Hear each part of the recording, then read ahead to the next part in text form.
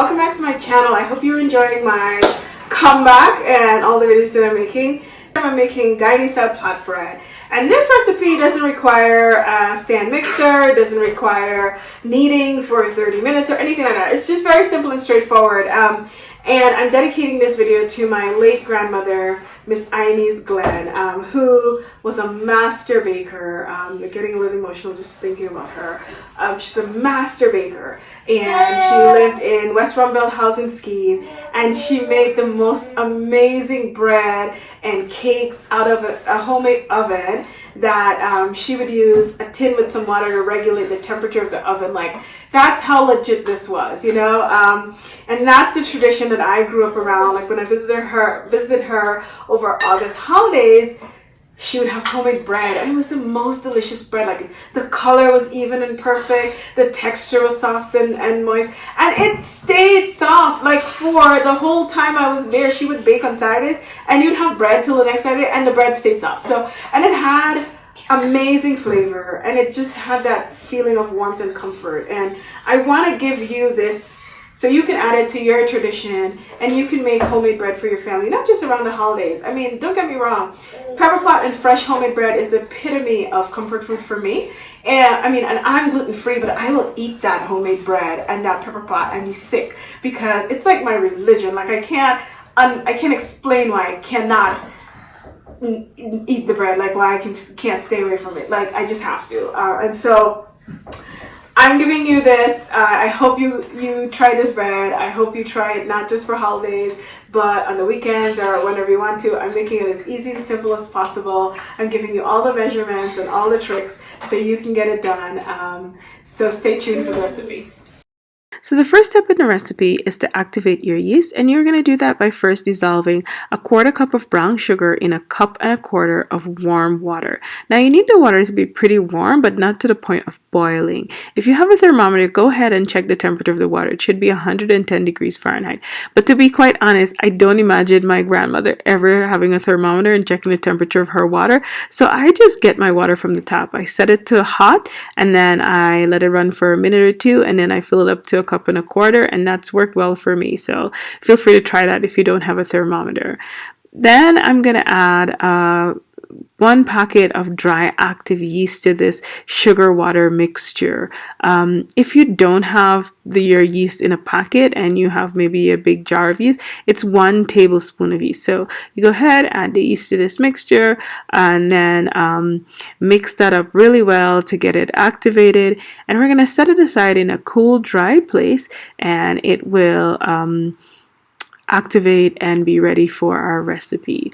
While that's happening, I'm going to go ahead and add 3 cups of flour to another mixing bowl, to separate mixing bowl. So 3 cups of flour, just add it to this mixing bowl, and I'm not quite sure why I leveled off the flour into this bowl, but you want to level it off into whatever container you have your flour in. And then this right here is what I call a happy accident. So typically when I make bread, I use 1/4 cup of butter or margarine or any kind of fat, but I used 1/2 cup for this recipe because the butter sticks were short and fat, and I didn't realize that it was actually 1/2 cup until I was writing the recipe together for my blog post. Anyways, so I said it's a happy accident because it actually is the best bread I've ever made to date. It was so soft, and it was so buttery and flavorful. So if you want to try 1/2 cup of butter, try it. If not, 1/4 cup of butter works just as well. Anyways, you want to mix that in until it forms a crumbly texture, and then make a well in the center of the flour and butter mixture. You can do this with your hand, or you can do it with a spatula if you prefer. It's whatever works for you. Then we're going to go ahead and add in that activated yeast sugar water combination that we had set in before. And just put it into the center. And this step is really important. You want to get a whisk, or you can use your fork if you still want to, and you want to mix in that flour into that sugar, water, yeast combination, and you want to do it in small circles until all of the flour and liquid is mixed together to form a very sticky dough. So the trick to getting really soft bread, besides doubling the butter, is the texture of your dough before you knead it and set it to rise. So you want to have a soft dough. You don't want to have a really stiff dough if you want to have stiff soft bread. So then I'm going to go ahead and show you guys that you can use your hands to continue to mix this if you prefer, or you can go ahead if you have a rubber spatula and you can use that as well. So it's pretty easy. You don't need fancy mixer for this. The spatula is serving as a mixer, your whisk served as a mixer, and your hands obviously can serve as a mixer. So you just mix that in. I kind of do a circular motion. Sometimes I do a little figure 8 and get that going. And then once I've incorporated all of the dry ingredients into the wet ingredients, I'm going to add a little bit of flour at a time and keep kneading this or mixing this until it's a manageable dough and not as sticky as it is. So total that I needed was 3 1/4 cup. And if you guys see some movements in the corner of the screen, that's my daughter Amelia. She is sitting right in front of me while I'm making this and asking me all sorts of questions and also suggesting tools that I should use.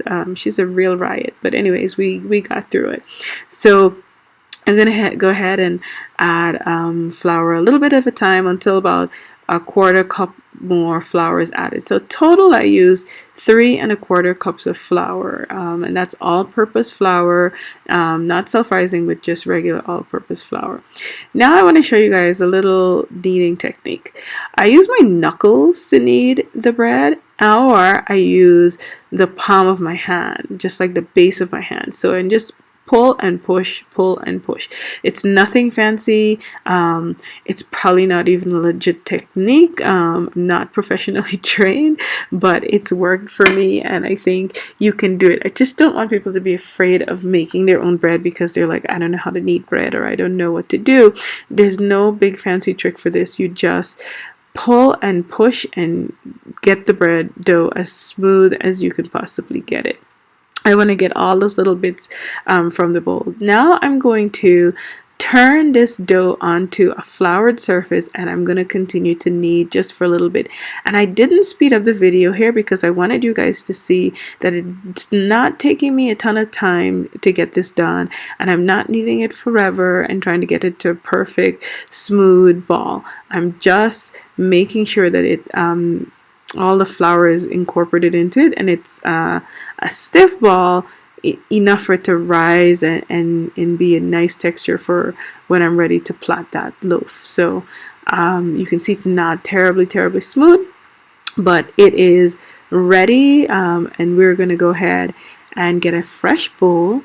I'm going to use that same paper that the butter was in, and I'm going to rub that all over it, grease my bowl, and then grease my dough ball. So go ahead and you can use fresh butter, or you can just do what I'm doing because nothing is wasting in my kitchen.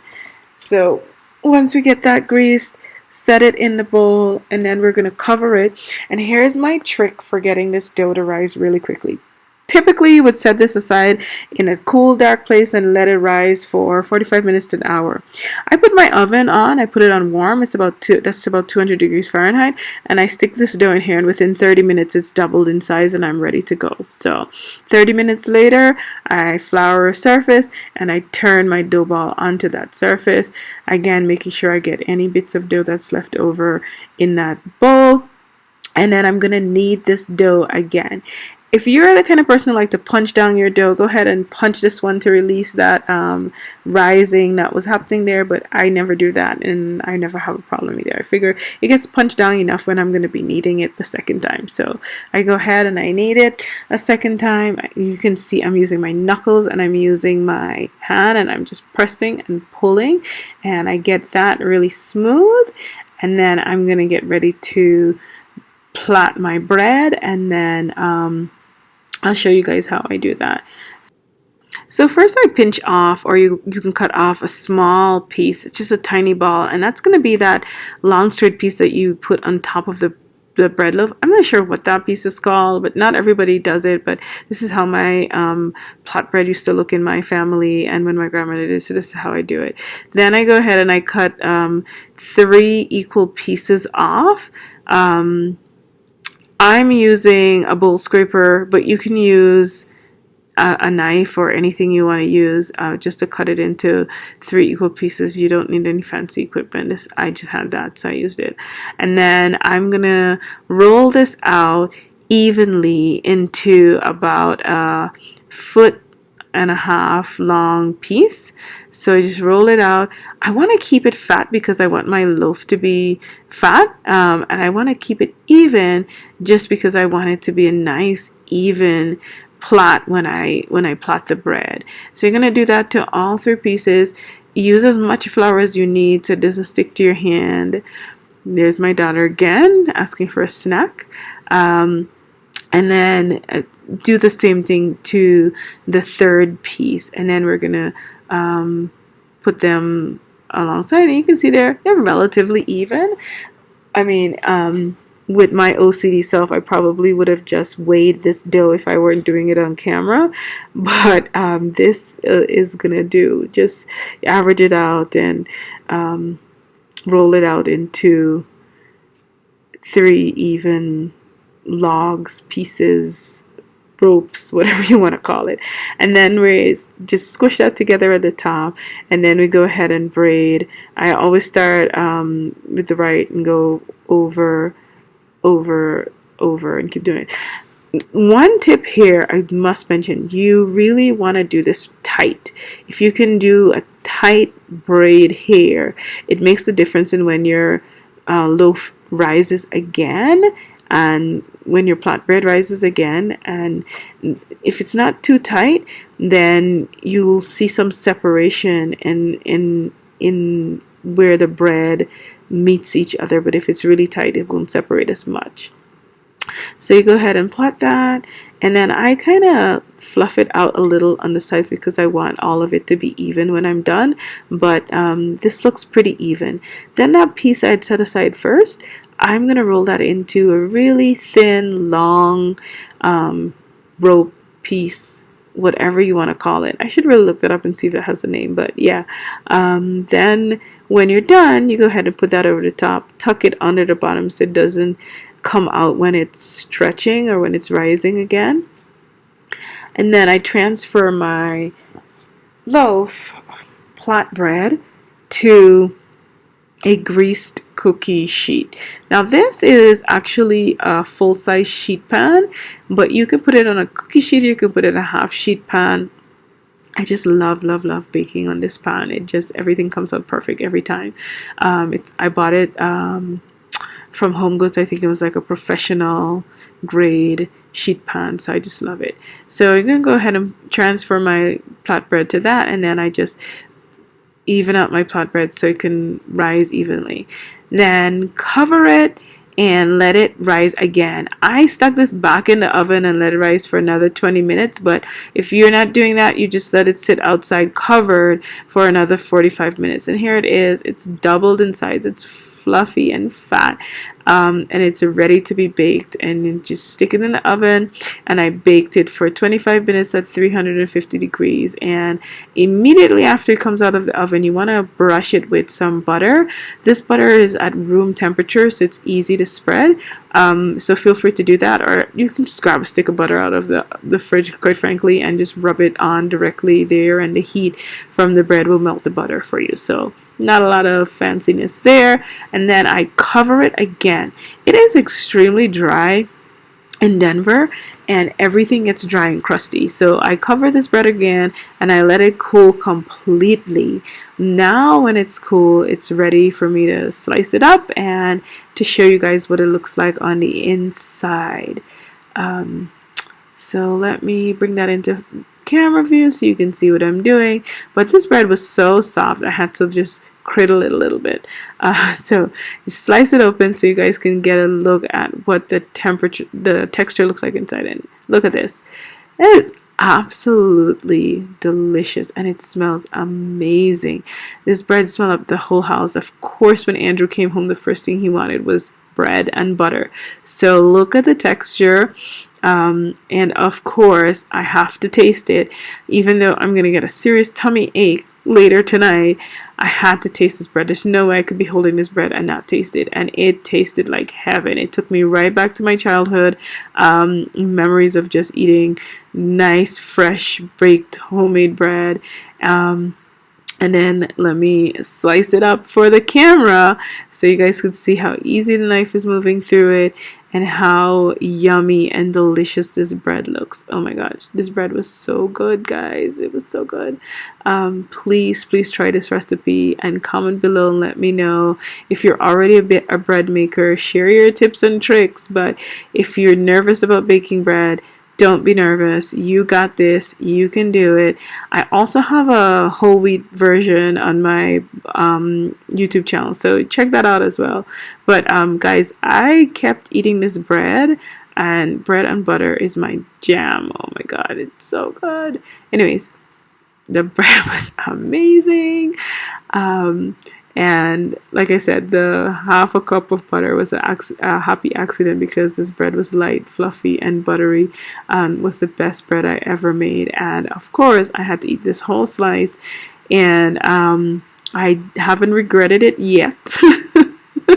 It was so delicious going down, and I will deal with whatever tummy ache comes after. But yeah, it smells really good. Oh, one other tip before I go, I just said that it's really dry in Denver, so I always put my bread in a plastic bag, and I got these plastic bags on Amazon. They're like bread bags, I think, and I just slip it in there, and since it's completely cooled, I tie it up. But if it wasn't completely cool, I would leave it open so that it could vent, so it wouldn't like sweat out in there.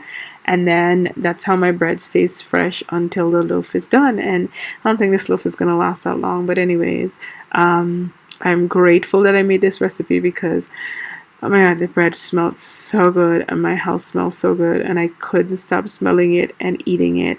So I hope you try it, and I will catch you guys next time.